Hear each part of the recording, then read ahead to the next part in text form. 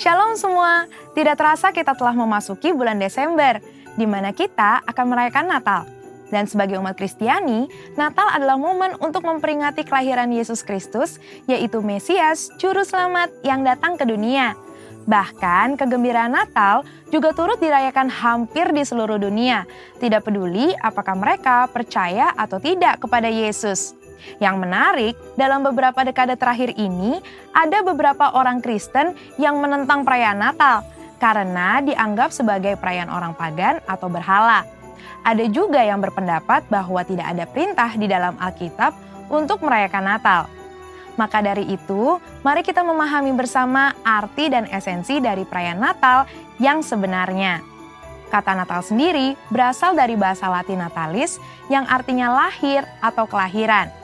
Dan di dalam bahasa Inggris, kata Christmas berasal dari bahasa Inggris kuno, yaitu Christmasmasse atau Christmas, yang artinya penderitaan Kristus, di mana penderitaannya dimulai saat dia datang dan lahir menjadi manusia.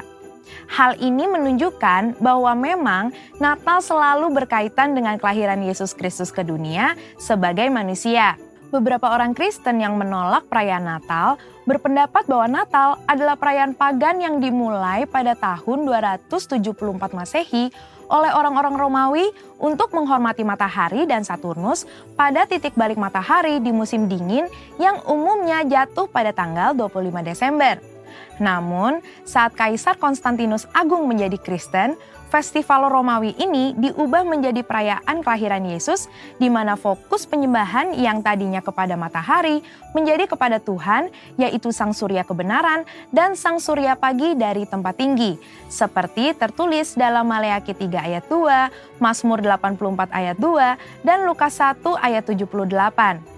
Mengganti hari raya matahari menjadi hari kelahiran Yesus Kristus bukanlah penyembahan berhala. Mengenai tanggal 25 Desember sebagai hari Natal, ini adalah tanggal yang paling banyak digunakan untuk perayaan Natal gereja-gereja. Namun, ada beberapa denominasi yang merayakannya pada tanggal lain, biasanya antara awal Desember hingga Januari. Hal ini terjadi karena sulit untuk menentukan tahun, bulan, dan tanggal yang pasti kapan Yesus dilahirkan. Namun, satu hal yang pasti, Yesus benar-benar pernah dilahirkan. Gereja sendiri sudah memperingati kelahiran Yesus semenjak awal abad pertama dan kedua, sebagaimana dicatat oleh para pemimpin gereja setelah era para rasul. Artinya, ibadah Natal memperingati kelahiran Yesus justru jauh lebih dulu dari perayaan matahari atau Saturnus bangsa Romawi di abad ketiga. Pada tanggal 25 Desember 350 Masehi, Uskup Julius I dari Roma memutuskan untuk mengadakan ibadah Natal memperingati kelahiran Yesus dengan maksud menandingi festival matahari atau Saturnus Romawi. Ternyata lebih banyak orang yang menghadiri ibadah Natal di gereja-gereja. Semenjak itu, secara tradisi, orang Kristiani merayakan Natal pada tanggal 25 Desember. Melihat catatan-catatan para petinggi gereja tentang perayaan kelahiran Yesus, maka perayaan Natal pada 25 Desember bukanlah upaya kristenisasi dari festival matahari orang-orang non-Kristen. Malah mungkin sebaliknya, festival matahari adalah upaya romanisasi hari Natal. Selain itu, pendapat bahwa tidak ada perintah di dalam Alkitab untuk merayakan Natal adalah pendapat yang tidak tepat. Karena secara esensial, justru merayakan Natal adalah hal yang alkitabiah. Merayakan dan menceritakan kelahiran Yesus hingga kenaikannya harus dilakukan gereja untuk memuridkan jemaat dan memberitakan Injil Kristus, yang artinya kita sedang memberitakan firman Allah, memuliakan dan melaksanakan misi Allah. Menurut Lukas pasal 1 dan 2, ada 7 fokus Natal yang harus kita pahami. Yang pertama adalah pada kekudusan dan ketaatan, bahwa Tuhan memberikan perkenanan kepada mereka yang hidupnya benar dan tak bercacat di hadapannya. Fokus kedua adalah pada Roh Kudus, di mana urapan dan pencurahan Roh Kuduslah yang memungkinkan umat Tuhan menerima dan melakukan perbuatan baik, besar, dan ajaib. Fokus yang ketiga adalah pada mujizat dan tanda-tanda ajaib, di mana Tuhan membuktikan bahwa Ia sanggup melakukan hal-hal ajaib melampaui akal manusia.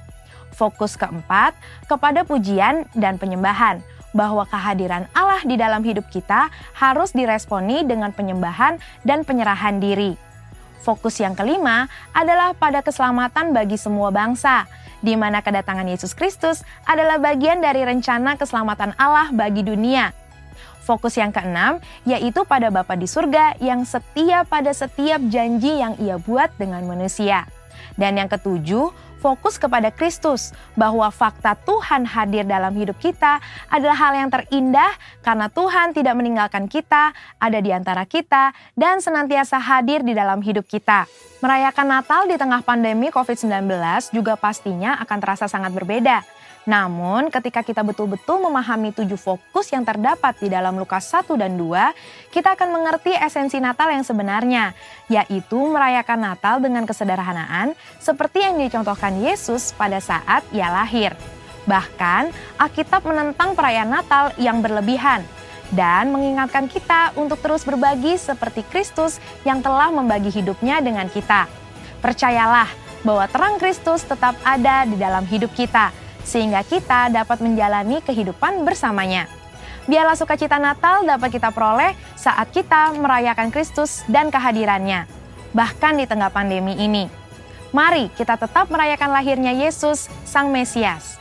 Saudara, untuk penjelasan lebih lanjutnya dari tim teologi kami mengenai perayaan Natal, ornamen Natal, dan lain sebagainya, jangan lupa buka link yang ada di atas atau scan barcode yang tersedia. Selamat Hari Natal, Tuhan Yesus memberkati.